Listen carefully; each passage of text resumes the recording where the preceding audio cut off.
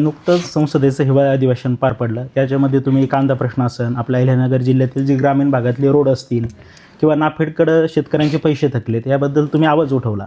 मात्र विरोधी पक्षातला खासदारांनी संसदेत उठवलेल्या आवाजावर केंद्र सरकार त्याची दखल घेतं, ते प्रश्न मार्गी लावतं का? कसं असतं, शेवट आपण विरोधी बाकाव आहे किंवा कुठल्या बाकाव यापेक्षा आपण खासदार कोणामुळं झालो हे सगळ्यात महत्त्वाचं शेतकरी बांधवांमुळं झालो.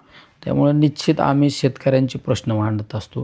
कारण आमच्या नेत्याची आम्हाला शिकवण आहे आदरणीय पवारसाहेबांची, तुम्ही नेहमी सर्वसामान्य घटकांसाठी लढा, नेहमी शेतकऱ्यांसाठी लढा. आणि साहेबांचं कायम वाक्य आहे, ज्या दिवशी शेतकरी सुखी आणि समाधानी होईल त्या दिवशी आपला देश हा जगावर राज्य करीन.